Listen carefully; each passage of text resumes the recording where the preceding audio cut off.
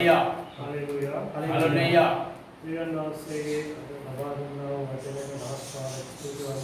ஆண்டவர் பெற்றுக் கொடுத்த இந்த வார்த்தைக்காக நான் 1000 தடவை நன்றி செலுத்துகிறேன்.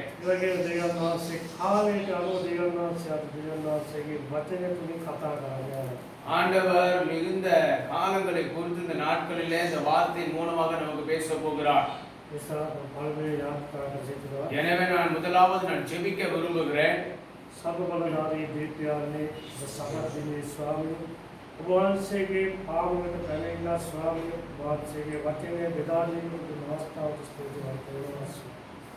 योगेव स्वामी विपत्ति दासर खाता नवति सलाह के स्वामी वंश अपन लबादुना वंश के दास स्वामी स्तुतिवंते वा प्रणामया भगवान महिमा स्वामी बच्चे ने स्वामी अलमु स्वामी वंश के मतकथा इधर ये तुझे स्वामी भगवान से के वचन तुझे समावे कथा करें भगवान से वचन लबाद स्वामी स्तुति स्वामी इधर के में वचन तुझे स्वामी और दिने स्वामी भगवान से कथा करें स्वामी भगवान से शुद्धात्मा में कथा करें स्वामी सब भगवान से दास स्वामी स्तुति करते हुए प्रणाम निवारण भगवान महिमा आमीन आमीन.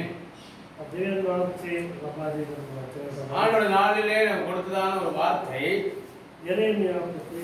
எரேமியா தீர்க்கதரிசன புத்தகத்திலே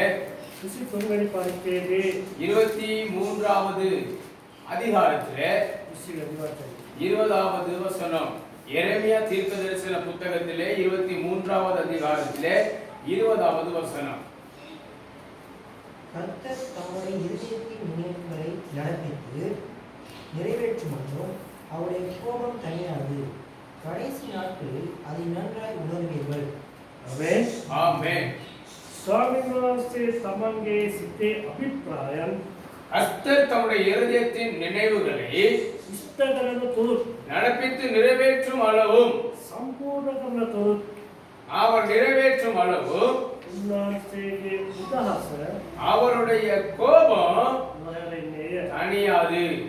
ಮತ್ತು ದವಸಲದಿ கடைசி நாட்களிலே ಸಂಪೂರ್ಣ ಸತೇರುಂದಲ್ಲವಾಯ அதை நாம் சம்பூர்ணமாக அதை நாங்கள் உணர முடியும்.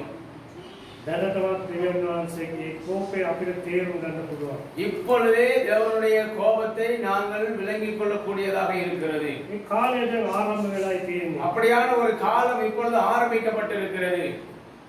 මේක වඩා දේවල් ඉදිරියට දෙවියන් වහන්සේ පෙන්වා යනවා. இதை விட மிக பெரிய காரியங்களை இனி வருகிற நாட்களிலே காண போகிறோம். ඉදිරියේදී තව ඉත බලන්න පුළුවන් දෙවියන් වහන්සේගේ කෝපය කොහොමද කියලා. இனி வரப்போகிற நாட்களிலே நாங்கள் இன்னும் பார்க்க போகிறோம் தேவனுடைய கோபம் எப்படிப்பட்டது என்பதாக. බලන්න ඇයි මේ කෝපය ඇති වෙන්නේ හේතුව කියලා. நாங்கள் பார்க்க போகிறோம் தேவன் இப்படியாக கோபப்படுவதற்கு காரணம் என்ன என்பதை பார்க்க போகிறோம். දෙවියන් වහන්සේ මේ තරම් කෝපයට පත් වෙන්න හේතුව තමයි ஆண்டவர் இந்த அளவுக்கு கோபப்படுவதற்கு காரணம் අපේ පැසිරීම දෙවියන් වහන්සේ බලා ඉන්නවා. நம்முடைய நடக்கைகளை கர்த்தர் பார்க்கிறவராய் இருக்கிறார். අපේ ක්‍රියාව දෙවියන් වහන්සේ දකිනවා. நம்முடைய கிரியைகளை தேவன் பார்க்கிறார். සභාවල පමණක් නොවේ. சபையிலே மாத்திரம் அல்ல, සභයෙන් පිට சபைக்கு வெளியே කරන්නා වූ ක්‍රියා දෙස දෙවියන් වහන්සේ සෑම මොහොතේ බලාගෙන நாம் செய்கிற எல்லா காரியங்களிலும் எல்லா சூழ்நிலையிலும் எல்லா வேளையிலும் கர்த்தர் நோக்கிய வண்ணமாகவே இருக்கிறார். මේ සියලු දේ දෙවියන් වහන්සේ බලාගෙන ඉඳලා இதெல்லாவற்றையும் தேவன் பார்த்து கொண்டிருந்து අද මේ දැන් කාලයේ දෙවියන් වහන්සේ කෝපය ඇවිස්සලා තමයි තියෙන්නේ. எனவே இப்படிப்பட்ட ஒரு காலத்திலே தேவன் தன்னுடைய கோபத்தை அங்கே வெளிக்காட்டிக் கொண்டிருக்கிறதை பார்க்கிறோம். මේ කෝපය ඇවිස්සීමට හේතුව අපි තමයි. இந்த கோபம் உண்டாவதற்கு காரணம் நாங்கள் தான். විශේෂයෙන් වැඩි මහත්යක් ඉන්නේ අපේ ක්‍රිස්තු වහන්සේගේ දරුවන් අතර තමයි වඩාවත් ඇතිවෙනවා. இந்த காரியத்திலே அதிகமாக நான் சொல்ல முடியும் ஆண்டவரை அறிந்திருக்கிற தேவனை தெரிந்திருக்கிற கிறிஸ்தவ என்று சொல்லப்படுகிற தேவனுடைய பிள்ளைகள் நிமித்தமே அதிகமாக இருக்கிறது என்பதை நான் சொல்ல முடியும். ඊට හේතුව තමයි அதற்கு காரணம் தான் දෙවියන් වහන්සේ ගැන දැනගෙන ஆண்டவரை தெரிந்து கொண்டும் දෙවියන් වහන්සේ හොඳට හඳුනාගෙන ஆண்டவரை நன்றாக அறிந்து கொண்டும் දෙවියන් වහන්සේගේ වචනය දැනගෙන ஆண்டுடைய வார்த்தையை தெரிந்து கொண்டும் නමුත් අපි දෙවියන් වහන්සේගේ වචනය තුළ ක්‍රියා නොකිරීම තමයි මේකට හේතුව. நாம் தேவனுடைய வார்த்தையின்படி கிரியை செய்யாததான் இது முக்கியமான காரணமாக இருக்கிறது. අපි සාමාන්‍ය ලෝකයට පේන්න තමයි දෙවියන් වහන්සේගේ දරුවන් ඇදෙට ඉන්නේ. நாம் சில வேளைகளிலே உலக மனிதர்கள் பார்க்க வேண்டும் என்பதற்காக தேவனுடைய பிள்ளைகளைப் போல இருக்கிறோம். නමුත් දෙවියන් වහන්සේට හංගන්න බෑ අපි කරන ක්‍රියාවන්. ஆனால் தேவனிடத்திலே மறைக்கவோ ஒளிக்கவோ முடியாது நாம் செய்கிற காரியங்கள் கிரியைகளை. ඒ කාර්යයන් දිහා දෙවියන් වහන්සේ බලා ඉඳලා තමයි இந்த காரியங்களை தேவன் பார்த்து கொண்டு இருந்துதான் දෙවියන් වහන්සේගේ කෝපය අදදිනේ මේ දවස්වල දෙවියන් වහන්සේ එළිදක්වලා තිබෙනවා. தேவன் தன்னுடைய கோபத்தை இவ்வாறு இந்த நாட்களிலே வெளிப்படுத்துவதை பார்க்கிறோம். ඒසා තමයි දෙවියන් වහන්සේ මෙතන කියන්නේ இதனால்தான் கர்த்தர் இந்த இடத்திலே சொல்லுகிறார், ස්වාමීන් වහන්සේ තමන්ගේ සිතේ අභිප්‍රායන ඉෂ්ට කරනතු. அங்கே வேதம் தெளிவாக சொல்லுகிறது, தேவன் தம்முடைய இருதயத்தின் நினைவுகளை நடப்பித்து நிறைவேற்றும் அளவு. ඒ කියන්නේ ස්වාමීන් වහන්සේ අපෙන් බලාපොරොත්තු වෙන දේ ඉෂ්ට කරනතු. அங்கே ஆண்டவர் நம்மிடத்தில் எதிர்பார்க்கிற காரியங்கள் நிறைவேறும் அளவு. කල්පනා කරලා බලන්න දෙවියන් වහන්සේ අපෙන් මොනවද බලාපොරොත්තු වෙන්නේ කියලා. சிந்தித்து பாருங்கள், தேவன் நம்மிடத்தில் இருந்து என்னத்தை எதிர்பார்க்கிறார். දෙවියන් වහන්සේ අපෙන් කිසිම මුදල් ලැබෙන්නේ නැත්නම් බලේ දෙවියන් වහන්සේ අපෙන් බලාපොරොත්තු වෙන්නේ. ஆண்டவர் நம்மிடத்திலிருந்து எந்த ஒரு பணத்தையோ அல்லது எந்த ஒரு பலத்தையோ அவர் நம்மிடத்தில் எதிர்பார்க்கவில்லை. දෙවියන් වහන්සේ බලාපොරොත්තු වෙන එකම දේ තමයි ஆண்டவர் நம்மிடத்திலே எதிர்பார்க்கிற ஒரே காரியம் ධර්මිෂ්ඨකස ජීවත් වෙලා நீதிமான்களாய் வாழ்ந்து ඒ වගේම දෙවියන් වහන්සේ කරන කාර්යයන් වලට වඩා කාර්යයන් කරලා ஆண்டவர் சொன்ன காரியங்களை விட இன்னும் அருமையான காரியங்களை செய்து දෙවියන් වහන්සේ අපිට පෙන්වලා දුන්න දිනුම් කණුවට යන එක තමයි දෙවියන් වහන්සේ බලාපොරොත්තු ஆண்டவர் நமக்கு கொடுத்திருக்கிற அந்த பந்தய பொருளை அடைகிற, அந்த வெற்றியை அடைகிற, அந்த இலக்கை அடைகிற அந்த இடத்துக்கு நாம் போக வேண்டும் என்பதையே கர்த்தர் விரும்புகிறார். ස්වර්ග රාජ්‍යයට දෙවියන් වහන්සේගේ පාමුලට අපි යනකල් තමයි දෙවියන් වහන්සේ බලාපොරොත්තු அங்கே பரலோக ராஜ்யத்திலே தேவனுடைய பாதத்துக்கிட்ட நாம் போக கர்த்தர் விரும்புகிறார். ඒක තමයි දෙවියන් වහන්සේගේ අභිප්‍රායය. அதுதான் தேவனுடைய அபிப்பிராயம். නමුත් අපි ඒව හරියට කරනවද? ஆனால் நாம் அதை சரியாய் செய்கிறோமா? අපි අපේ ජීවිතේත් අපි ලොකු බලාපොරොත්තු තියෙනවා. இன்னைக்கு எங்களுடைய வாழ்க்கையிலும் எங்களை குறித்து பெரிய எதிர்பார்ப்புகள் இருக்கிறது. අපි සමාජයෙන් කරනවා මගේ දරුවා ලොකු ડોක්ටර් කෙනෙක් වෙන්න ඕනේ. நாங்கள் நினைக்கிறோம் என்னுடைய பிள்ளை ஒரு பெரிய வைத்தியராக வர வேண்டும், එහෙම නැත්නම් මගේ දරුවා ඉංජිනේරු කෙනෙක් වෙන්න ඕනේ. அல்லது என்னுடைய பிள்ளை ஒரு என்ஜினியராக, ஒரு பொறியியலராக வர வேண்டும். අපේ පවුලේ අනිත් පවුලේට වඩා ඉහළින් ඉන්න ඕනේ. என்னுடைய குடும்பம் அந்த மற்ற குடும்பத்தை விட கொஞ்சம் உயர்ந்த ஸ்தானத்தில் இருக்க வேண்டும். ඔවුන්ට වැඩි අපි කාර් එකක් කරගන්න ඕනේ. அவர்களை விட நாங்கள் நல்ல ஒரு கார் ஒன்று வாங்கிக் கொள்ள வேண்டும். අපි ධනවත් වෙන්න ජීවත් වෙන්න ඕනේ. நாங்கள் செல்வந்தர்களாக வாழ விரும்புகிறோம். අනෙක් අයට වඩා උසස් තැනක අපි ඉන්න ඕනේ. மற்றவர்களை விட நாங்கள் எல்லா இடத்திலும் உயர்ந்த ஸ்தானத்தில் இருக்க வேண்டும். ඒව තමයි අපේ ළඟ තියෙන බලාපොරොත්තු. அதுதான் நம்மிடத்திலே இருக்கிறதான எதிர்பார்ப்புகள். දෙවියන් වහන්සේ ඒ බලාපොරොත්තු වෙන්නේ. ஆண்டவர் நம்மிடத்திலே எப்படியான ஒரு எதிர்பார்ப்பை ஆண்டவர் எதிர்பார்க்கவில்லை. නමුත් දෙවියන් වහන්සේ මේ බලාපොරොත්තු එපා කියලා කියන්නේ නැහැ. ஆண்டவர் இந்த எதிர்பார்ப்புகளை வேண்டாம் என்று சொல்லவும் இல்லை. දෙවියන් වහන්සේ මේ බලාපොරොත්තු වෙනවට අකමැත්තක් නැහැ. இந்த எதிர்பார்ப்பு நாம் வாழ்வது தேவனுக்கு பிரியமில்லாத ஒரு காரியம் என்றும் சொல்ல முடியாது. නමුත් ඒ බලාපොරොත්තු ඉෂ්ට කරගන්න ஆனால் அந்த எதிர்பார்ப்பை நாம் நிறைவேற்றிக் கொள்ள දෙවියන් වහන්සේගේ වචනයට අනුව ஆண்டவருடைய வார்த்தையின்படியும் දෙවියන් වහන්සේගේ ආශිර්වාදය තුලින් ஆண்டவருடைய ஆசீர்வாதத்திற்கூடாகவும் මේ බලාපොරොත්තු ඉෂ්ට කරගත්තාම කිසිම දවසක දෙවියන් වහන්සේ කෝප වෙන්නේ නැහැ. இந்த எதிர்பார்ப்புகளை நாம் தேவனோடு கூட சேர்ந்து நிறைவேற்றுவோமாக இருந்தால் தேவன் ஒரு நாள் நம்ம மேல் கோபத்தை வெளிக்காட்டுவது இல்லை. නමුත් අපේ මේ බලාපොරොත්තු ඉෂ්ට කරගන්න කියලා තමයි ஆனால் நாம் நம்முடைய எதிர்பார்ப்புகளை நிறைவேற்றிக் கொள்ள போய்தான் අපි අපි නපුරටපත් වෙන්නේ. நாம் தீமைக்குள்ளே விழுந்து விடுகிறோம். නපුරු මාර්ගයට යන්නේ. தவறான வழிகளிலே நடக்கிறோம். පාපයට යන්නේ. பாவத்துக்குள்ளாக கடந்து போகிறோம். ඒ හේතුව නිසා තමයි අපි පාපයට යන්නේ. இந்த காரணத்தின் நிமித்தம் தான் நான் பாவம் செய்ய நாம் முயற்சி செய்கிறோம். අපේ බලාපොරොත්තු ඉෂ්ට කරගන්න நம்முடைய எதிர்பார்ப்புகளை நிறைவேற்றிக் கொள்ள අපි කෙනෙක් මරන්න උනන් ලෑස්ති. நாம் ஒருவரை கொலை செய்யவும் ஆயத்தம். ඒ තරම් පාපයට යනුනත් අපේ බලාපොරොත්තු ඉෂ්ට කරගන්න අපි බලාපොරොත්තු அப்படிப்பட்ட ஒரு காரியத்தையாவது செய்து நான் என்னுடைய விருப்பத்தை நிறைவேற்றிக் கொள்ள வேண்டும் என்கிற ஒரு எண்ணம். නමුත් දෙවියන් වහන්සේ එහෙම නෙවෙයි කියන්නේ. ஆனால் ஆண்டவர் அப்படி சொல்லவில்லை. දෙවියන් වහන්සේගේ බලාපොරොත්තු ඉෂ්ට කරලා ஆண்டவருடைய எதிர்பார்ப்பை நாம் நிறைவேற்ற දෙවියන් වහන්සේ බලාපොරොත්තු නපුරු මාර්ගයෙන් ඉවත් වෙලා ஆண்டவர் சொல்லி இருக்கிற எல்லா தவறான வழிகளை விட்டு விலகி පාපයෙන් ඉවත් වෙලා பாவத்தை விட்டு விலகி දෙවියන් වහන්සේගේ මාර්ගයේ අපි ඉදිරියට ගිහිල්ලා ஆண்டவருடைய வழியிலே நாம் முன்னோக்கி சென்று දෙවියන් වහන්සේ ආශිර්වාදයෙන් අපි ඉදිරියට ගිහිල්ලා ஆண்டவருடைய ஆசீர்வாதங்களை நாங்கள் பெற்றுக்கொண்டு முன்னோக்கி சென்று අපි උසස් තැනකට ගියාට කිසිම දවසක දෙවියන් වහන්සේ කෝප වෙන්නේ නැහැ. நாம் அப்படியாக உயர்ந்த ஸ்தானத்திலே நாம் இருக்கும் பொழுது தேவன் ஒரு நாள் நம்மை கோபப்படுவது இல்லை. ඒ නිසා අපි යන්න ඕන දෙවියන් වහන්සේගේ මාර්ගය සොයාගෙන எனவே நாம் போக வேண்டும் ஆண்டவருடைய வழியை தேடிக்கொண்டு දෙවියන් වහන්සේ කෝපය ඇවිස්සෙන්නේ නැතුව සිටීමට අපි බලා ගන්නවා. ஆண்டவர் தன்னுடைய கோபத்தை வெளிப்படுத்தாத வண்ணம் நாம் நடந்து கொள்ள பழக வேண்டும். ඒ නිසා අපි දෙවියන් වහන්සේ කියන මාර්ගය හොයන්න ඕනේ. எனவே தேவன் நமக்கு சொல்லுகிற வழிகளை தேட வேண்டும். අපි යන මාර්ගය හරිද කියලා හොයලා බලන්න நான் ඕනේ. போகிற வழி சரியானதா என்று நான் தேடி பார்க்க வேண்டும். අපි යම් කිසි ක්‍රියාවක් කරන්න යන විට நான் ஏதாவது ஒரு காரியம் செய்ய முன்பதாக ඒ කාර්යය කරන්න දෙවියන් වහන්සේ අපිට දීලා තිබෙනා වචනය තුලයි අපිට කරන්න පුළුවන්.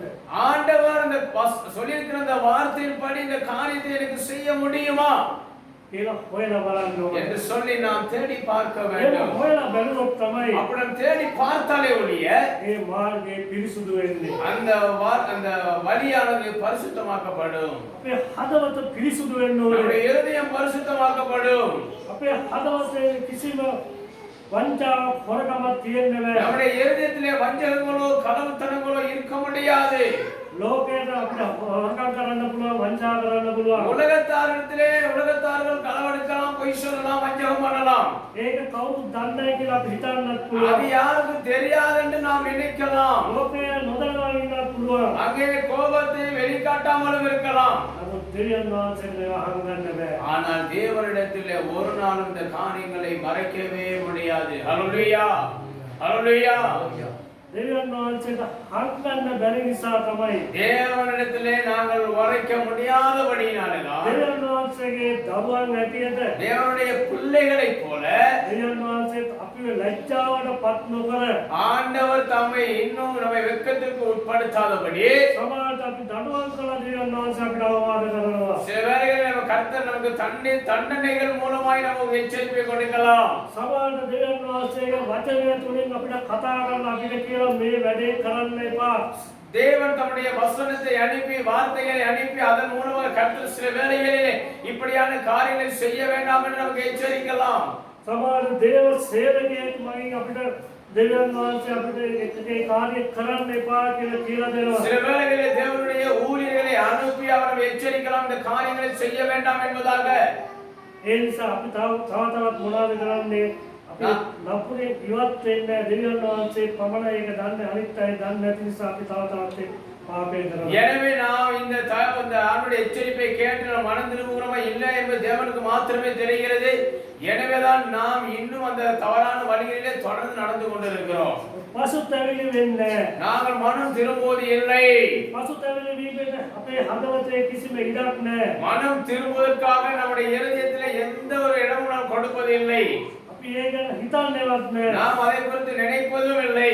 ඒ නිසා තමයි දෙවියන් වහන්සේ කෝපය අදදී ඇවිස්සලා තියෙන්නේ. அதனால தான் தேவன் தன்னுடைய கோபத்தை இந்த நாட்களிலே வெளிப்படுத்திக் கொண்டிருக்கிறார். එරමියා 23:11 කියනවා. நாங்கள் எரேமியா தீர்க்கதரிசி 23 எரேமியா 23:11 இப்படி சொல்லுகிறது.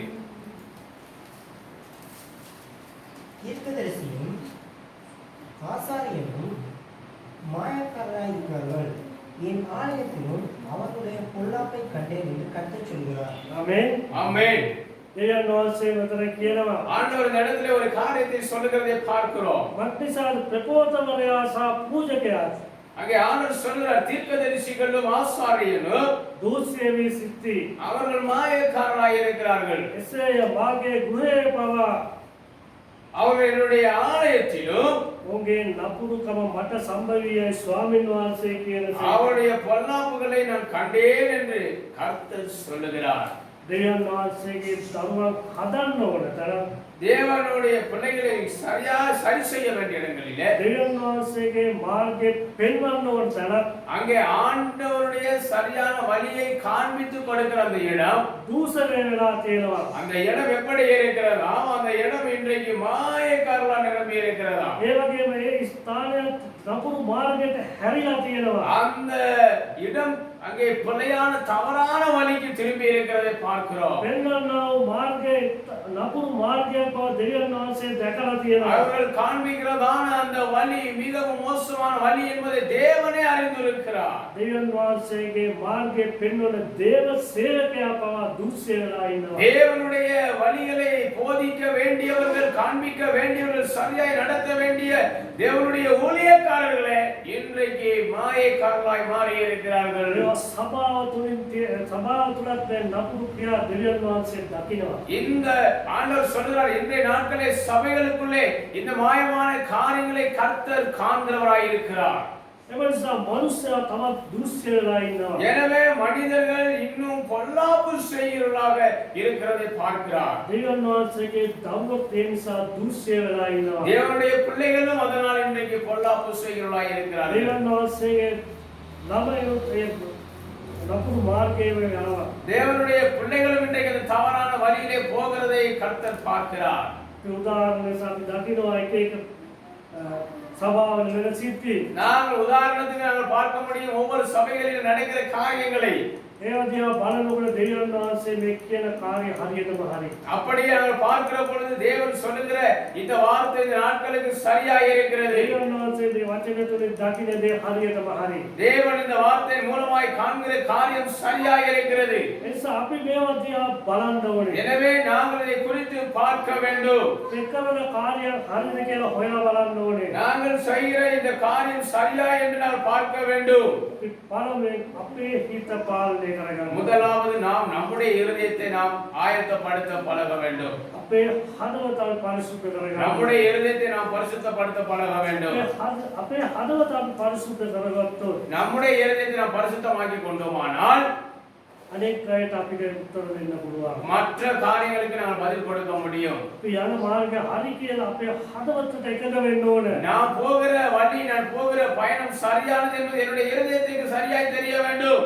සාමාන්‍යයෙන් ලෝකේ කියනවා சாதாரண உலகத்திலே ஒரு கதை சொல்வார்கள், හදවත හරියට තියෙනවා නම් හැමදේම හරියනවා කියලා. நம்முடைய இருதயம் சரியா இருந்தால் நாம் செய்கிற எல்லா காரியம் சரியா இருக்கும் என்று சொல்வார்கள். සමහර මිනිස්සු දිහා බලලා කියනවා சில மனிதர்களை பார்த்து சொல்வார்கள், මොනවා කිව්වත් මේ මිනිස්යාගේ හිත හොඳයි කියලා. என்னதான் அவன் பேசினாலும் ஆனால் அவருடைய இருதயம் ரொம்ப நல்லது என்று சொல்வார்கள். එහෙම කියන්න හේතුව තමයි அப்படி சொல்வதற்கு காரணம் என்ன? මේ මිනිස්යාගේ ක්‍රියා අපි දකිනවා. அந்த மனிதனுடைய கிரியை நாங்கள் பார்க்கிறோம். ඒ ක්‍රියා දකිනකොට හිතනවා මේ මිනිස්යා හොඳ මිනිස්සෙක් அந்த කියලා. கிரியை பார்க்கிறதுனால நமக்கு தெரிகிறது இந்த மனிதன் நல்ல மனிதன் என்பதாக.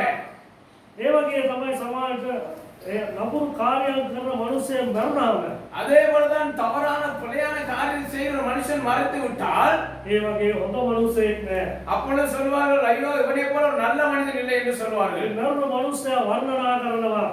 அங்கே மறித்து போன மனிதனை அங்க என்ன செய்வார்கள்? அங்கே புகழ் பேசுவார்கள். ජීවත් වෙලා ඉන්නකොට කලේ සියලුම අපරාධ ඒ මිනිස්සයා කරලා තියෙනවා. ஆனால் அந்த மனிதன் உயிரோடு நான் வாழ்ந்த நாட்களில் செய்தது முழுக்க அநியாயம், அருவருப்பான காரியங்கள். නමුත් මරුණට පස්සේ අපි කියන වර්ණනා කරනවා. ஆனால் மறித்த பிறகு அவரை நாம் புகழ்ந்து பேசுவோம். ඒ වගේ හොඳ මිනිස්සෙක් නෑ. இப்படிப்பட்ட ஒரு நல்ல மனுஷன் இருந்ததில்லை என்று ඉතින් சொல்லுவோம். මේක උදව් කරා. எல்லாருக்கும் உதவி செய்யறாருன்னு சொல்லுவோம். මේ ගමේවත් මේ වගේ මිනිස්සෙක් නෑ. இந்த கிராமத்திலேயே இப்படி ஒரு மனிதன் இல்லை என்று சொல்லுவோம். ජීවත් වෙලා ඉන්නකොට කියනවා ஆனா உயிரோடு இருக்கிற நாட்களில் சொல்லி இருப்போம், ආවගේ අපරාධ කරන එක. இவன மாதிரி ஒரு கெட்டவன் யாரும் கிடையாது. හේතුව මේ මිනිස්යා ගැන අපි දකිනවා. காரணம் உயிரோடு இருக்கும் பொழுது அவனை நாங்கள் பார்க்கிறோம். මරුණාට පස්සේ වර්ණනා කරනවා. செத்த பிறகு நாங்கள் புகழ்ந்து பேசுகிறோம். ඒක තමයි අපේ සමාජයේ හැටි. அதுதான் நம்முடைய சமூகத்தினுடைய தன்மை. ඒක තමයි දූෂ්‍ය වීම. அதுதான் இன்றைய மாயக்காரனுடைய வாழ்க்கை. ඒක තමයි වැරදි මාර්ගය. அதுதான் புலையான வழி. අපි වැරදි මාර්ගය දැක දැක நாங்கள் புலையான வழிகளை பார்த்து பார்த்து අපි තව ඒකට උදව් කරනවා. நாம் அதற்கு இன்னும் உதவி செய்து கொண்டிருக்கிறோம். ඒක අහගෙන ඉන්න මිනිස්සු හිතන ආර්ය මේ හොඳ මිනිස්සෙක් තමයි. அது புதிதாக கேட்க மனிதன் என்ன நினைப்பார்கள்? உண்மையிலேயே நல்ல மனிதன் தான் போல සමහර நினைப்பார்கள். මේ ගමේ මිනිස්සු මේ පිටකම කියන මිනිස්සු මේ කතාව අහගෙන ඉන්න அந்த கிராமத்தை சார்ந்த அல்ல இல்ல கிராமத்துக்கு வெளியே இருந்து ஒரு மனிதன் வருவாராக இருந்தால் ආර්ය හොඳ මිනිස්සෙක් මැරලා තියෙන ஐயோ அவர் நினைப்பார் நல்ல ஒரு மனிதன் அல்லவா மரித்து போயிருக்கிறார். හැබැයි ඔයලා බැලුවොත් දැනගන්න පුළුවන් මොනවාද ஆனால் கொஞ்சம் தேடி பார்த்திருந்தா அவர் உயிரோட வாழ்ந்த நாட்கள் என்ன செய்தார்கள் கண்டுபிடிக்க முடியும். ඒ නිසා තමයි දෙවියන් වහන්සේට දෙවියන් වහන්සේ කෝපය ඉස්සලා තියෙන්නේ. அதனாலதான் இன்றைக்கு இப்படியான காரியங்கள்னால தான் இன்றைக்கு தேவனுடைய கோபம் வெளிப்பட்டு கொண்டிருக்கிறது ඒ பிரியமானவர்களே. වගේම තමයි 23 14 වචනේ நாங்கள் 23வது அதிகாரத்திலே 14வது வசனத்தை நாங்கள் வாசிக்கலாம். எருசலேமின் தீர்க்கதரிசிகளும் திருப்பிடத்தக்க காரியத்தை காண்கிறேன். விபச்சாரம் பண்ணி வஞ்சகமாய் நடந்து ஒருவனும் தன் பொல்லாப்பை விட்டு திரும்பாதபடிக்கு பொல்லாதவர்களின் கைகளை திடப்படுத்துகிறார்கள். அவர்கள் எல்லாரும் எனக்கு சோதமை போலும் அதன் குடிகள் கொமோராவை போலவும் இருக்கிறார்கள். ஹalleluya හලෙලූයා. ஹalleluya. අතන කියනවා இந்த வார்த்தை சொல்லுகிறது நமக்கு යෙරුසලමේ ප්‍රකෝපවරුන් අතරේ அங்க எருசலேமிலே இருக்கிற தீர்க்கதரிசிகள் භයංකර වූ දෙයක් වන அவர்கள் துடிக்கிடத்தக்கதான මෙතන කියන භයංකර වූ දෙයක් වන அதாவது அவர்கள் துடிக்கிறத பயந்து அவர் பயப்படுகிறதான ஒரு காரியம். ඒ කියන්නේ දෙවියන් වහන්සේගේ ධර්ම මේවට බය වෙන්න ඕනි කියන එක තමයි කියන්නේ. அப்ப ஆண்டவர் என்ன சொல்றாரு? ஆண்டவருடைய தீர்க்கதரிசிகளுடைய பிள்ளைகள் இந்த காரியத்துக்கு பயப்பட வேண்டும் என்பதை சொல்லுகிறார். කාම මිත්‍යාචාරය කිරීමත් அங்கே விபச்சாரம் பண்ணி බොරුකාරකමෙන් හැසිරීමත් அங்க வஞ்சகமாய் நடந்து මෙසේ කිසිවක් තමාගේ නපුරුකමෙන් නොහැරෙන හැටියට ஒருவனையும் பொல்லாப்பை விட்டு திருப்பாதபடிக்கு ඔව් නපුරු කරන්නන්ගේ අත් සවි කරති. அவர்கள் பொல்லாதவருடைய கைகளை திடப்படுத்துகிறார்கள். කාම මිත්‍යාචාරය කරන அங்க விபச்சாரம் செய்கிற බොරුවට හැසිරෙන பொய்க்கு நடிக்கிற මේගොල්ලන්ට අපි දෙවියන් වහන්සේ කියන මෙතන කියන ඔන්න අත් සවි කරනවා කියලා. ஆனால் சொல்கிறார் இவருடைய கைகளை திடப்படுத்துகிறார்களாம். ඒ කියන්නේ අපි ඒගොල්ලන්ට සහයෝගය දෙනවා. அது அர்த்தம் என்ன? நாம் அவர்களுக்கு ஒத்து போகிறோம். අත් සවි කරනවා කියන්නේ මේ ක්‍රියාවන් කරන්න கைகளை திடப்படுத்துகிறது என்று சொன்னால் இந்த காரியங்களை செய்வதற்கு බොරු කියන කෙනාට අපි පොඩ්ඩක් වචනයක් කියලා අපිත් උදව් කරනවා. பொய் சொல்லுகிற மனிதனோடு கூட நாமும் சேர்ந்து இன்னொரு பொய்யான வார்த்தை சொல்லி அவனை අපි உற்சாகப்படுத்துகிறது. කියන ඔව් ඒක ඇත්ත තමයි කියන්නේ. ஆமா ஆமா நீங்க சொல்றது உண்மைதான் அப்படின்னு சொல்லுவோம். කාම මිත්‍යාචාරය කරන මිනිහට අපි පොඩ්ඩක් සපෝට් කරනවා කියනවා. விபச்சாரம் செய்கிற மனிதனுக்கு ஒரு சின்ன சப்போர்ட் ஒன்று கொடுக்கிறது. අපන්න මම බලාගෙන ඔබ ගිහිල්ලා ඉන්න කියලා. சரிசரா நான் பாத்துக்கிறேன் நீங்க செய்யுங்க என்று சொல்லுகிறது. ඒක තමයි දෙවියන් වහන්සේ මෙතන අත් සවි කරනවා. அதுதான் ஆண்டவர் சொல்கிறார் கைகளை திடப்படுத்துகிறார்கள் என்று சொல்லி. පොඩි තල්ලුවක් දෙනවා ඒක. சின்ன ஒரு தள்ளு நல்ல ஒரு புஷ் ஒன்று கொடுக்கிறது முன்னுக்கு අපිට போறதுக்கு. පාපයට තල්ලුවක් දෙනවා. அங்கே பாவம் செய்ததுக்கு ஒரு தள்ளு கொடுக்கிறது ஒரு புஷ் கொடுக்கிறது. ඒක තමයි දෙවියන් වහන්සේ කියන අත් සවි කරනවා කියලා. அதுதான் ஆண்டவர் சொல்கிறார் கைகளை திடப்படுத்துகிறார் என்று சொல்லி. ඒ තුලින් අපි ඒ මාර්ගයට හැරෙනවා. அதோடு கூட நாமும் அந்த வழியில அப்படியே போய் விடுகிறோம். කාම මිත්‍යාචාරය කරන බොරු කරන කෙනෙක් පස්සේ අපි ගියොත් අපිත් ඒකට හැරෙනවා. அங்கே விபச்சாரம் செய்கிற பொய்யான காரியம் செய்கிற ஒரு மனிதனுக்கு பின்புதான் நாம் போவோமா இருந்தால் நாம் அதற்கு பங்கு සමහර නරක දරුවෙක් එක්ක අපේ ළමයි කරනවා අපි කියන ඔකත් එක්ක යන්න එපා කියලා. ஒரு தவறான ஒரு பிள்ளையான ஒரு பிள்ளையோடு நம்முடைய பிள்ளை போகும்போது சொல்லுவோம் அவனோட சேராத என்று சொல்லுவோம். ඌත් එක්ක ගියොත් අපේ ළමයාත් ඉවරයි කියලා. ஐயோ அவனோட போனா நம்ம பிள்ளையோட கதையும் முடிஞ்சதுன்னு சொல்லுவோம். නමුත් අපේ ළමයාත් එහා ගෙදර කියනත් ඒව තමයි சில කියන්නේ. பேர் நம்ம பிள்ளைகளுக்கு அந்த வீட்டுக்காரன் அப்படி சொல்லலாம். ඌත් එක්ක යන්න එපා ඌත් ඒව තමයි කියන්නේ. இவனோட போவானா இவனும் அப்படித்தான் என்று சொல்லுவார்கள். හේතුව වෙන මොකුත් නෙවෙයි. காரணம் வேற ஒன்றும் இல்லை. අපේ දරුවන් කරන වැරදි අපි වහනවා. நம்முடைய பிள்ளைகள் செய்கிற பிள்ளைகளை நாம் மூடி விடுகிறோம். අපේ දරුවන් කරන පාපයන් අපි වහනවා. நம்முடைய பிள்ளைகள் செய்கிற பாவத்தை மூடி விடுகிறோம். අනේ අපේ ළමයි එහෙම කරන කෙනෙක් නෙවෙයි. என்ன பிள்ளை அப்படி செய்கிற ஆள் இல்ல. අපේ දරුවා එහෙම කරන්නේ නැහැ. என்னுடைய பிள்ளை அப்படி செய்யாது. කරන්න ඕන ඔක්කොම ජඩ වැඩ කරලා ඉන්නේ. அங்க செய்ய இல்லாத எல்லா அருவருப்பான வேலையை செய்துட்டு வரும். නමුත් දෙමව්පියෝ හැටි අපි මොනවද ஆனால் කරන්නේ? பெற்றோர்கள் என்ற ரீதியில் நாம் என்ன செய்கிறோம்? අනේ මගේ ළමයා හරි හොඳ ஐயோ என் பிள்ளை ළමයෙක්. ரொம்ப நல்ல பிள்ளை என்று சொல்லுவோம். නමුත් වටේ ඉන්න එක දන්නා මේ ළමයා මොනවාද කරන්නේ? ஆனால் சுற்றி இருக்கிறவர்களுக்கு தெரியும் இந்த பிள்ளை யார் என்பது. ඒ නිසා තමයි අල්ලමයට දෙනවොත් එක්ක යන්න එපා அதனால කියලා. தான் அவர்கள் சொன்னார்கள் இந்த பிள்ளையோட நீ போகாத என்று சொல்கிறார்கள். ඒ දෙමාපියොත් ඒ කතාව තමයි කියනවාත් එක්ක යන්න එපා. அந்த பெற்றோரும் அதே கதையை சொன்னா நீ அந்த பிள்ளையோட போகாத என்று சொல்லி. ඒ වගේ තමයි අපේ පාපයට ගොඩක් අය යන්නේ. அப்படிதான் இன்றைக்கு அநேகர் பாவத்துக்குள்ளே கடந்து போகிறதை பார்க்கிறோம். අකුර කරන අය පිටිපස්සෙන් ගියොත් අපිටත් ඒක තමයි. பாவம் செய்கிற ஒரு மனிதனுக்கு பின்பதாக நாம் போவோமா இருந்தால் நாமும் அதற்குள்ளே விழுந்து விடுவோம். ඒක තමයි අපේ හිත පාලනය කරන්න කියන්නේ. அதற்கு தான் ஆண்டவர் சொன்னனுடைய இருதயத்தை நீ பாதுகாத்துக் கொண்டபடியாக. හිතෝපදේශය 4:23 වෙනි වචනේ කියනවා. அங்கே நீதிமொழிகள் புத்தகத்திலே 4:20 4வது அதிகாரத்திலே 23 වෙනි වචනේ 23 நீதிமொழிகள் 4:23 என்று சொல்லுகிறது. எல்லா காவலுக்கும் ஆ. உன் இருதயத்தை காத்துக்கொள். அதிலிடத்தினின்று ஜீவ ஊற்று புறப்படும். ආමේන්. ஆமென். හalleluya. ஹalleluya. සියල්ලටම වඩා නුඹේ සිත ආරක්ෂා කරගනින්න. எல்லாவற்றையும் விட எல்லா காவலும் இருதயத்தை காத்துக்கொள்.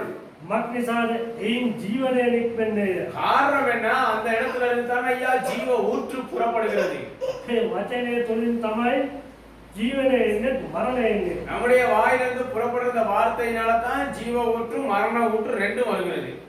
අපේ කටෙන් එන වචනය තුලින් තමයි ආශිර්වාදය තියෙන්නේ නැතිවීම තියෙන්නේ. நம்முடைய வாயிலிருந்து வருகிற வார்த்தையில தான் ஆசீர்வாதமும் இருக்கிறது, ஆசீர்வாதம் இல்லாமல் போற வார்த்தையும் இருக்கிறது. ඒ නිසා තමයි කියන්නේ සිත ආරක්ෂා කරගන්න. அதனால தான் ஆண்டவர் சொல்கிறார் இருதயத்தை காத்துக்கொள்ளுங்கள். මේ හිත ආරක්ෂා කරගන්න. நம்முடைய இருதயத்தை காத்துக்கொண்டால் ඒ කපුරු කෙනෙක් එක්ක ගියත් பிழையான ஒரு மனிதனோடு கூட போனாலும் අපේ සිත පාලනය කරගෙන நம்முடைய இருதயத்தை நாம் அங்கே பாதுகாத்துக் கொண்டு ඔව් කරන්න යන පාපය නොකර அவன் செய்கிற பாவத்தை நாம் செய்யாமல் ඔව් යන්නා වූ වැරදි මාර්ගයේ නොගී அவன் போகிற பிழையான வழியிலே நாம் போகாமல் මම යා යුත්තේ දෙවියන් වහන්සේගේ මාර්ගය කියලා හිතලා දෙවියන් වහන්සේ සමග ගියොත් நான் போக வேண்டிய பாதை தேவனோடு கூட இணைந்து போக வேண்டும் என்று சொல்லி தேவனுடைய வழியிலே நாம் நடப்போமானால் මේ සිත ආරක්ෂා කරන අපි මේ මාර්ගයේ සෙව්වොත් நாம் நம்முடைய இருதயத்தை காத்துக்கொண்டு அந்த வழியை நாம் காத்துக்கொள்வோமானால் දෙවියන් වහන්සේ අපව ආරක්ෂා කරනවා. தேவன் நம்மை நிச்சயமாகவே பாதுகாத்துக் கொள்கிறவராய் දෙවියන් இருக்கிறார். වහන්සේ අපිට ගැලවීම ලබා දෙනවා. தேவன் நமக்கு ரட்சிப்பை கொடுக்கிறவராய் இருக்கிறார். ඒ නිසා අපි සෑම මොහොතේම எனவே நாம் எல்லா வேளையிலும் කරන ක්‍රියාවලිය කල්පනාවෙන් ඉන්න ඕනේ. செய்கிற எல்லா காரியத்திலும் நாம் மிகவும் ஜாக்கிரதையாக நாம் யோசித்து சிந்தித்து செய்கிறவராய் இருக்க வேண்டும். යම් කිසි දෙයකට පය තබනකොටම எந்த ஒரு காரியத்தை நாம் செய்யும் போது කල්පනා කරන්න ඕනේ මං කරන කාර්ය හරියද? நான் செய்கிற காரியம் சரியா என்று சிந்தித்து பார்க்கவே வேண்டும். මගේ පිටට එකගව මම මේ நான் කාර්යය செய்கிற කරනවා. அந்த காரியம் என் இருதயத்துக்கு ஒத்து போகிறதா என்று ஆராய வேண்டும். දෙවියන් වහන්සේගේ වචනයට මේක හරියද? தேவனுடைய வார்த்தையோடு இந்த காரியத்தை ஒப்பிட்டு பார்க்கும்போது இது சரியான காரியமா என்று பார்க்க வேண்டும். මේ හොයලා බලලා හරි මාර්ගයේ යන්න ඕනේ. அப்படி தேடி பார்த்து சரியான வழியில நாம் நடக்க வேண்டும். ඒව හරි මාර්ගයේ ගියොත් அப்படியா சரியான வழியில் நடப்போமானால் දෙවියන් වහන්සේ අපව ආරක්ෂා කරනවා. தேவன் நம்மை அங்கே பாதுகாத்துக் கொள்கிறவராய் இருக்கிறார். දෙවියන් වහන්සේගේ දරුවන් දෙවියන් වහන්සේ ආරක්ෂා කරනවා. தேவனுடைய பிள்ளைகளை தேவன் அங்கே பாதுகாத்துக் கொள்கிறார். මොන විපත්ති ආවත් என்ன ஆபத்து வந்தாலும் මොන කොරෝනා ආවත් எப்படிப்பட்ட கொரோனா வியாதி வந்தாலும் මොන ආපදා ආවත් எவ்வளவு பெரிய தீமைகள் பொல்லாப்புகள் வந்தாலும் දෙවියන් වහන්සේගේ දරුවන්ට කිසිම දෙයක් බලපාන්නේ නැහැ. தேவனுடைய பிள்ளைகளுக்கு ஒன்று வாய்க்க முடியாது. සාමාන්‍ය කතාවට කියන මෙතන හොඳ නම් හැමදේම හරියට எல்லாரும் சொல்வார்கள் நம்முடைய இருதயத்தை இப்படி சொல்ல இந்த இடம் சரியாக இருந்தால் எல்லாமே நல்லா இருக்கும் என்று சொல்வார்கள். ඒ වගේ මනුස්සයන්ට කවදාවත් වරදින්නෙත් නැහැ. எனவே அப்படியான மனிதர்களுக்கு எந்த ஒரு காரியமும் புழைத்து போகாது. ලෝකයෙන් එන දේවල් වලට අපි නමුකන් දෙන්න ඕන තමයි. உலகத்திலிருந்து வருகிற காரியங்களுக்கு நாங்கள் செவி கொடுக்க வேண்டும் தான். ඒක හරි දේ පමණක් අපේ කලට ගන්න ඕනේ. அதிலே சரியானதை மாத்திரம் நாம் உள்வாங்கிக் கொள்ள வேண்டும். හරි දේ පමණක් අපේ ඇහෙන් බලන්න ඕනේ. சரியானதை மாத்திரம் நம்முடைய கண்களிலே பார்க்க வேண்டும். ඒ හරි දේ පමණක් කරන්න ඕනේ. நாம் அதிலே சரியானதை மாத்திரம் செய்ய வேண்டும். ඒ වල ස්වාමීන් වහන්සේ දෙවියන් වහන්සේගේ කෝපය අපේ තුල දෙන්නේ. எனவே அப்படியாய் நாம் வாழ்வோம் என்றால் தேவனுடைய கோபம் நம்மை பாதிப்பது இல்லை. ඒ නිසා අපි දපුරෙන් ඉවත් වෙන්න எனவே நாம் பிழையான தவறான காரியத்திலிருந்து விலகி வரதான் දෙවියන් වහන්සේ අපි සමග ඉන්නේ. தேவன் நம்மோடு கூட இருக்கிறவராய் இருக்கிறார். ඒ වගේ 22 21 වෙනි වචනේ කියනවා நாங்கள் அங்கே எரேமியா தீர்க்கதரிசி புத்தகத்திலே 22 21 வாசிக்கிறோம். எரேமியா 22 21 என்று சொல்லுகிறது, நீ சுகமாய் வாழ்ந்திருக்கையில் நான் உனக்கு சொன்னேன், நீ கேளேன் என்றாய்.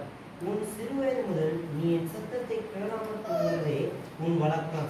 ஆமென் ஆமென் ஹalleluya ஹalleluya. எத்தனை කියනවා ஆண்டவர் சொல்லுகிற காரியத்தை பாருங்கள். නුඹ සබතින් සිටිති නුඹට කතා කරන්නේ. நீ நல்லா சுகமா வாழ்ந்திருக்கையிலே நான் உன்னோடு பேசினேன். හැම දෙයක්ම අපිට තියෙනකොට நமக்கு எல்லாம் இருக்கும் பொழுது, තාම සබතින් ඉන්නකොට நல்ல சுகத்தோடு வாழும்போது දෙවියන් වහන්සේ අපිට කතා කරනවා. நமக்கு எல்லாவற்றையும் சொன்னார். අපිට ඇහුවද නැහැ. நாம் கேட்டோமா? இல்லை. දෙවියන් වහන්සේගේ වචනේ අපි ඇහුවද? ஆண்டவருடைய வார்த்தை நாம் கேட்டோமா? අපිට සියල්ලේ අවස්ථාවක් තියෙනවා. நமக்கு எல்லா வசதியும் இருந்தது, හැම සබතක්ම තියෙනවා. எல்லா சுகபலமும் இருந்தது, අවශ්‍ය වාහන තියෙනවා. நல்ல வாகனங்கள் இருந்தது, හොඳ ගෙයක් තියෙනවා. நல்ல வீடு இருக்கிறது, අවශ්‍ය සියලු දේවල් අපිට තියෙනවා. இருக்கிற எல்லா நன்மையான தேவையான காரியம் எல்லாமே இருக்கிறது. දෙවියන් වහන්සේ පැත්තවත් ගන්නදා. ஆண்டவரே ஒரு பக்கமாக கூட திரும்பி பார்க்கல. දෙවියන් වහන්සේ කියන වචනේ අහුවෙවත් නෑ. ஆண்டவர் சொன்ன காரியத்தை கேட்கவே இல்லை. දෙවියන් වහන්සේගේ ගීතයක් වෙනකොට බයිලා එකක් තමයි යන්නේ. ஆண்டவருடைய வார்த்தையை கூட நான் விட்டுட்டு பைலா தான் கேட்டுக்கிட்டு இருந்தோம். දෙවියන් වහන්සේගේ වචනේ වෙනකොට ලෝකයාගේ වචන තමයි ඇසෙන්නේ. ஆண்டவருடைய வார்த்தையை கேட்பதை பார்க்கிலும் உலகத்திலிருந்து வர்ற வார்த்தையை கேட்பது அதிகமாக இருந்தோம். අපි මේ දෙවියන් වහන්සේගේ හඬට කීකරුවුන්ද. நாம் தேவ சத்தத்துக்கு கீழ்ப்படியவே இல்லை. හේතුව තමයි අපි සැපතින් හිටපු නිසා. காரணம் என்ன? நாம் நல்ல சுகமாய் வாழ்ந்து கொண்டிருந்தோம். අපිට මේ බාල කාලේ නම් මේ පුරුද්දක් තිබුණ මේ හඬට ඇහුම්කන් නොදීමේ පුරුද්ද. சின்ன வயதுல இருந்தே நமக்கு பழக்கம் வருது இந்த சத்தத்துக்கு செவி கொடுக்காம போறது. අය අපිට සියල්ල තියෙනකොට දෙවියන් වහන්සේ අවශ්‍ය නැහැ. ஏன் நமக்கு எல்லாமே இருக்கிறதுனால தேவன் நமக்கு அவசியம் இல்லை என்று நினைக்கிறோம். අපිට රෝගයක් වැළඳිලා நமக்கு ஏதாவது ஒரு வியாதி வந்து விட்டால், කොරෝනා එනකොට තමයි දෙවියන් වහන්සේ. கொரோனா போல வியாதி வந்த உடனே தான் தேவன் நமக்கு ஞாபகம் வருகிறது. කොරෝනා එනකොට තමයි දෙවියන් වහන්සේ හොයාගෙන යන්න நமக்கு கொரோனா வியாதி வரும்பொழுதுதான் ஆண்டவரை தேடுகிறோம். එතකොට අපි කල් ගිල්ලා වැඩි. எனவே நாங்க அதிகம் காலம் கடந்து விட்டது. அது හේතුව අපිට සභාවට එන්න බෑ. காரணம் பாருங்க, இன்றைக்கு சபைகளுக்கு வர முடியவில்லை. සභාවට එන්න බෑ. சபைகளுக்கு வர முடியவில்லை. දෙවියන් වහන්සේගේ හඬට එදා ඇහුම්කන් දීලා තිබුණා නම් அன்றைக்கு தேவ சத்தத்துக்கு செவி கொடுத்திருந்தால் අපිට තැනින් තැන ඉඳලා අපි දෙවියන් වහන්සේ සමග ඉන්න තිබුණා. எங்கேயாவது ஒரு இடத்துல இருந்தாலும் தேவனோடு கூட இருந்திருக்கலாம். නමුත් දැන් මේ කොරෝනා වෛරස් එනකොට අපි දෙවියන් වහන්සේ හොයනවා. ஆனால் இந்த கொரோனா வைரஸ் வந்த பிறகு நம்ம ஆண்டவரை தேட அதிகமாய் வாஞ்சிக்கிறோம். නමුත් හොයාගන්න විදියක් නැහැ. ஆனால் வழி இல்லை. හොයාගන්න යන්න තැනක් නැහැ. ஆனால் போய் தேவ சத்தத்தை கேட்பதற்கு ஒரு இடம் இல்லை. දෙවියන් වහන්සේගේ වචනේ අහන්න විදියක් නැහැ. ஆண்டவருடைய வார்த்தையை கேட்பதற்கு வழி இல்லை. හේතුව අපේ තිබුණ උරණ්ඩුකම. காரணம் நமக்குள்ளே இருந்த கடினம். අපි සපතින් ඉන්න කාලේ දෙවියන් වහන්සේගේ වචනේ නොඇසීම. சுகமாய் வசதியாய் இருந்த நாட்களே அவருடைய வார்த்தையை அசட்டை பண்ணி கேட்காதனால අමාරු වැටුණම තමයි දෙවියන් වහන්සේ හොයන්නේ. கஷ்டத்துல விழுந்த பிறகுதான் தேவனை தேடுகிறவர்கள் உண்டு. එහෙම හොයලා හරියන්නේ. அப்படி தேடுவதில் பிரயோஜனம் இல்லை. එහෙම දෙවියන් වහන්සේ හම්බ වෙන්නේ. அப்படி தேடினால் தேவன் உனக்கு தென்படுவதும் இல்லை. ඒ නිසා දෙවියන් වහන්සේ සොයන්න ඕන සෑම අවස්ථාවකම. எனவே தேவனை தேட வேண்டிய எல்லா சூழ்நிலையிலும் දෙවියන් වහන්සේගේ වචනය තුළ අපි හැම වෙලාවම ක්‍රියා කරන්න ඕන. ஆண்டவருடைய வார்த்தையை நாம் எல்லா வேளையிலும் கேட்டு கிரியில் நடப்பிக்க வேண்டும். ඒ වගේම දෙවියන් වහන්සේගේ කෝපය ඇවිස්සන තවත් හේතුවක් තියෙනවා. ஆண்டவருடைய கோபம் விலகுவதற்கு இன்னும் ஒரு காரியம் இருக்கிறது. ඒ වගේම තමයි දෙවියන් වහන්සේගේ ඒ කෝපය ආපුවම எனவே ஆண்டவருடைய கோபம் இப்படியாய் வருகிற பொழுது කාට වුණත් ඒ කෝපය දෙවියන් වහන්සේ කෝපය ඇවිස්සු කාට වුණත් ඒ කෝපය එකයි. எனவே ஆண்டவருடைய கோபமானது பொதுவா எல்லாருக்கும் ஒன்றுதான். 23:19 කියනවා. அங்கே 23வது அதிகாரத்திலே 19வது வசனம் சொல்லுகிறது. எரேமியா, இதோ கர்த்தருடைய பெருங்காற்றாகிய கொடிய புசல் புறப்பட்டது, அது துன்மார்க்குடைய தலையின் மேல் உக்கிரமாய் மோதும். ආමේන්. ஆமென். හalleluya. ஹalleluya. ස්වාමීන් වහන්සේගේ කුණාටුව.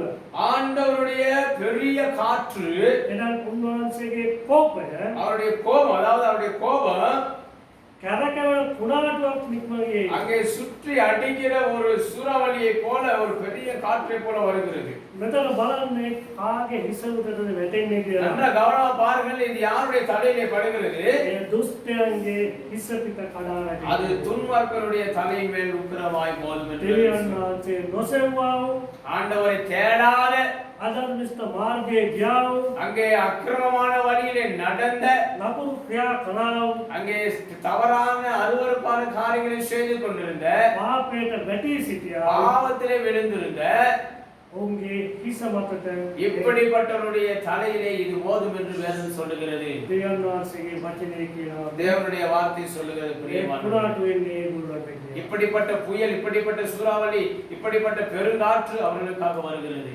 ඒ කුණාටුවට අසු නොවේ ඉන්න අපි දැනගන්න ඕනේ. இந்த காற்றிலே மாட்டிக்கொள்ளாமல் இருக்க நாம் தெரிந்து கொள்ள வேண்டும். මෙතෙක් පාප ක්‍රියාවන් කරලා எவ்வளவு பாவமான காரியங்களை செய்தும், නපුරු ක්‍රියාවන් කරලා தவறான காரியங்களை செய்தும் දෙවියන් වහන්සේට හංගන්න බෑ. தேவனை இதுல ஒரு நாளும் மறைக்க முடியாது. දෙවියන් වහන්සේගේ වචනේ 23 24 அங்கே 23வது 24 24 சொல்லுகிறது. எவனாயினும் ம். தன்னைத்தான் காணாதபடிக்கு மறைவிடங்களில் ஒளித்துக் கொள்ள கூடுமோ என்று கர்த்தர் சொல்கிறார். நான் வானத்தையும் பூமியையும் நிரப்புக அல்லவோ என்று கர்த்தர் சொல்கிறார். ආමේන්. ஹalleluya, හalleluya. ஹalleluya. මට නොපෙනෙන ලෙස යමෙකුට රාස්තංගල සැකවෙන්න පුළුවන් දැයි அங்கே ஆண்டவர் கேட்கிறார், எனக்கு தெரியாமல் எவனாவும் நான் காணாத மறைவிடங்களிலே ஒளிந்து கொள்ள முடியுமா? ස්වාමීන් වහන්සේ කියන සේක. ஆண்டவர் கேட்கிறார். ස්වර්ගය සහ පෘථිවිය මාගෙන් පිරී තිබෙනවා නොවේ දැයි ස්වාමීන් நான் அல்லவா வானத்தையும் பூமியையும் நிரப்புகிறேன் என்று சொல்லுகிறார். ආසත් පොළවත් වූ දෙවියන් වහන්සේ வானத்தையும் பூமியையும் படைத்த சர்வ வல்லமையுள்ள தேவன் අපි කවදාවත් අපේ පාපය අරගන්න බෑ. அவருக்கு முன்பதாக நம்முடைய எந்த பாவமான காரியத்தையும் மறைக்கவோ ஒழிக்கவோ முடியாது. ආසත් පොළවත් වූ දෙවියන් වහන්සේ දන්නවා வானத்தையும் பூமியை நிரப்புகிற உண்டாக்குகிற அந்த தேவனுக்கு தெரியும் මේක ඇතුලේ ඉන්නේ කවුද කියලා. இதுக்குள்ளே இருக்கிறது யார் என்று.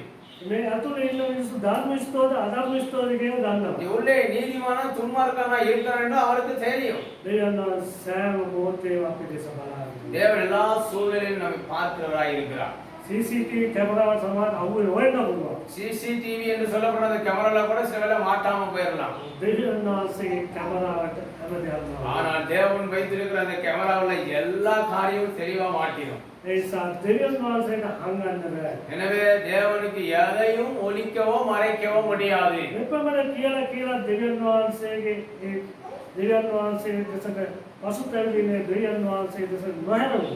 எனவே ஆண்டவர் எவ்வளவுதான் சொல்லியும் அவர் பக்கம் திரும்பாமல் மனம் திரும்பாமல் இருப்போமானால் දෙවියන් වහන්සේ මේ කෝපේ නිකම් අතාරින්නේ නැහැ. இந்த கோபத்தை ஆண்டவர் வெறுமையாய் இலகுவாக விடுவது இல்லை. මේ වචනයෙන් කියන වතු දවස්වලදී නුඹලා ඒ සම්පූර්ණ ලෙස තේරුම් ගන්නවා. ஆண்டவர் தெளிவாய் சொல்லுகிற காரியம் என்னது? அந்த கடைசி நாட்களில் அதை நன்றாய் உணர்வீர்கள் என்று சொல்லுகிறார். ඒ කියන්නේ දෙවියන් වහන්සේ පටන් ගන්නවත් විතරයි. ஆண்டவர் இப்பொழுது ஆரம்பத்திற்கு மட்டும்தான் කොරෝනා වෛරසයෙන් මේ පටන් ගත්ත இந்த විතරයි. கொரோனா என்று சொல்லுகிற வைரஸ் ஆரம்பம் தான். පසුතැවිලි නොවි. இப்ப மனம் திரும்பாமல் දෙවියන් වහන්සේගේ පාවල නොයද. ஆண்டவருடைய பாதத்தில் தேடாமல் දෙවියන් වහන්සේගේ වචනය තුළ ක්‍රියා නොකර ஆண்டவருடைய வார்த்தையின்படி வாழாமல் හිටියොත් මේ පටන් ගත්තේ කොරෝනා වලින් විතරයි. இப்படிப்பட்டவர்களுக்கு ஆரம்பம், இந்த கொரோனா என்பது ஒரு ஆரம்பம் மட்டுமே. කතාවට කියනවා හොඳ செல்லம் එළි වෙන ගාමට කියලා. நாம சொல்லுவதானே கதையை சொல்ல நல்ல நல்ல விளையாட்டுலாம் இனி பார்க்கலாம்னு சொல்லுவோம். ඒ වගේ තමයි දෙවියන් වහන්සේ මෙතන කියනවා. ஆண்டவர் அதே போல தான் சொல்லுகிறார் இந்த இடத்துல. අතු දවස්වලදී அந்த கடைசி அந்த நாட்களிலே උඹලාට මේ මොනවාද කියලා තේරෙනවා ඇති කියලා. இது என்ன என்பது உங்களுக்கு நீங்க நன்றாய் உணர்வீர்கள் என்று சொல்லுகிறார். ඒ නිසා පාපයෙන් ඉවත් වෙන්න ඕනේ. எனவே நாம் பாவத்தில் இருந்து வெளியே வர வேண்டும். පසුතැවිලි නොවේ දෙවියන් වහන්සේගේ කෝපය තවත් විශ්ව. எனவே நாம் மனம் திரும்பாமல் தேவனுடைய கோபத்தை இன்னும் அதிகரிப்போமானால் 25 එරමියා 25 அங்கே எரேமியா 25லே 27 කියනවා. அங்கே 37 38 சொல்லுகிறது. அவர்கள் சுடித்திருந்த தாவரங்கள் கர்த்தருடைய கோபத்தின் எரிச்சலாலே சங்காரமாயின. அவர் பதிவிலிருந்து புறப்படும் சிங்கத்தை போலிருப்பார். ஒடுக்கமுடைய உக்கிரத்தினாலும் அவருடைய உக்கிர கோபத்தினாலும்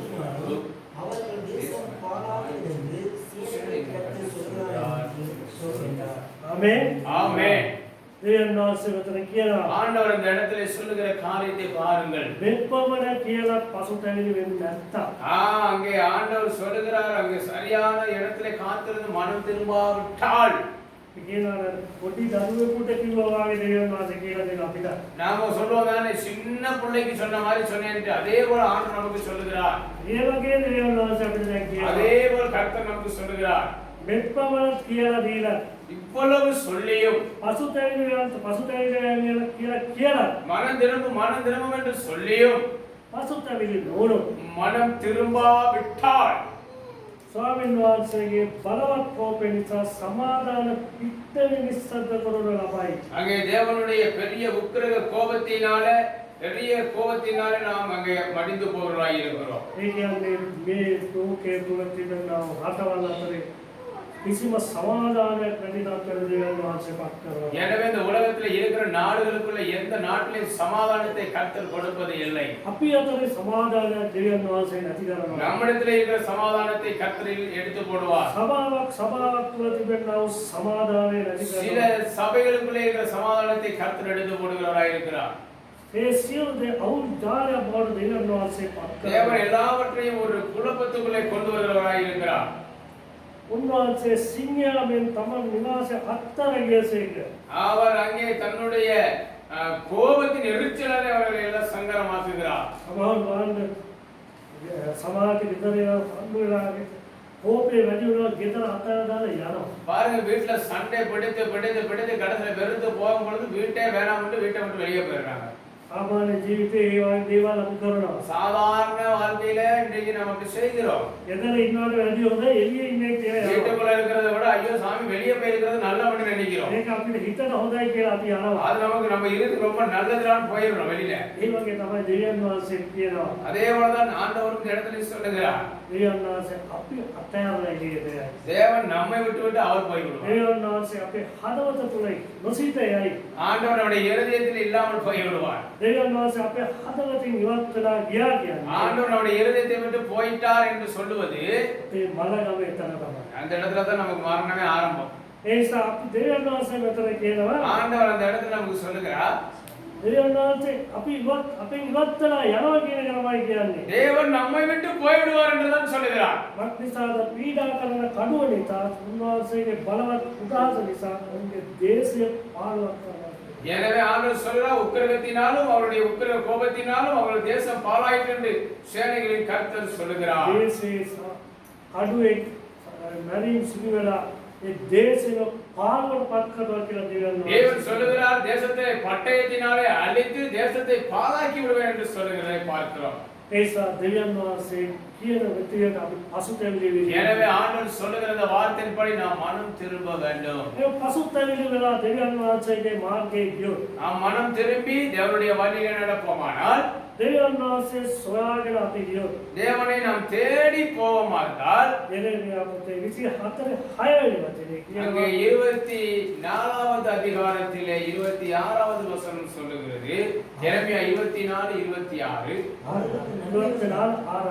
24:6 அவர்களுக்கு நன்மை உண்டாக நான் என் கண்களை அவர்கள் மேல் வைத்து அவர்களை இந்த தேசத்துக்கு திரும்பி வர பண்ணி அவர்களை கட்டுவேன், அவர்களை இழுக்க மாட்டேன், அவர்களை நாட்டுவேன், அவர்களை பிடுங்க மாட்டேன். ஹalleluya ஹalleluya ஹalleluya ஹalleluya. දෙවියන් වහන්සේ කියනවා ஆண்டவர் சொல்லுகிற ஒரு காரியத்தை பார்க்கலாம். පසුතැවිලි වුණොත් நாங்கள் மனம் திரும்பினால், පාපයෙන් ඉවත් වුණොත් பாவத்தில் இருந்து விலகிட்டோம் சொன்னால், නපුරෙන් ඉවත් වුණොත් கொலையான காரியத்தை விட்டு விலகிட்டோம் என்று சொன்னால், අනිස්තේක ලෙස ජීවත් වුණොත් நாம் நீதிமான்களாய் வாழ்ந்துட்டோம் சொன்னால், ඔබට පෙන්වා දුන්නා වූ මාර්ගයේ මා සමග ආවොත් ஆண் உனக்கு காண்பித்து கொடுத்த எல்லா வழியிலும் நடந்து நீ என்னோடு கூட வருவாயா இருந்தால், ඔබ මාගේ රූපයෙන් නොවාසේ මට වඩා දේවල් කරමින් ඔබ මායිදිනට ආවොත් நீ என்னுடைய சாயலாய் உண்டாக்கப்பட்டிருக்கிறபடினால் நீ என்னை விட பெரிய காரியம் செய்ய நீ என்னோடு கூட நடந்து வருவாயாக இருந்தால்,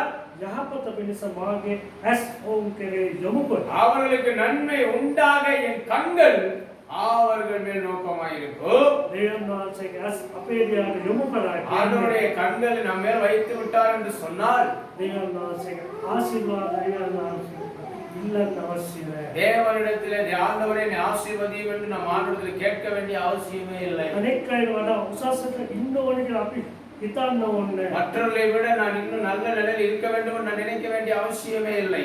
දෙවියන් වහන්සේගේ දරුවෙක් හැටියට අනෙක් අය අපි දිහා බලා ඉඳී. ஆண்டவருடைய பிள்ளைகள் நிலையில மற்றவர்கள் நம்மை நோக்கி பார்த்து கொண்டிருப்பார்கள்.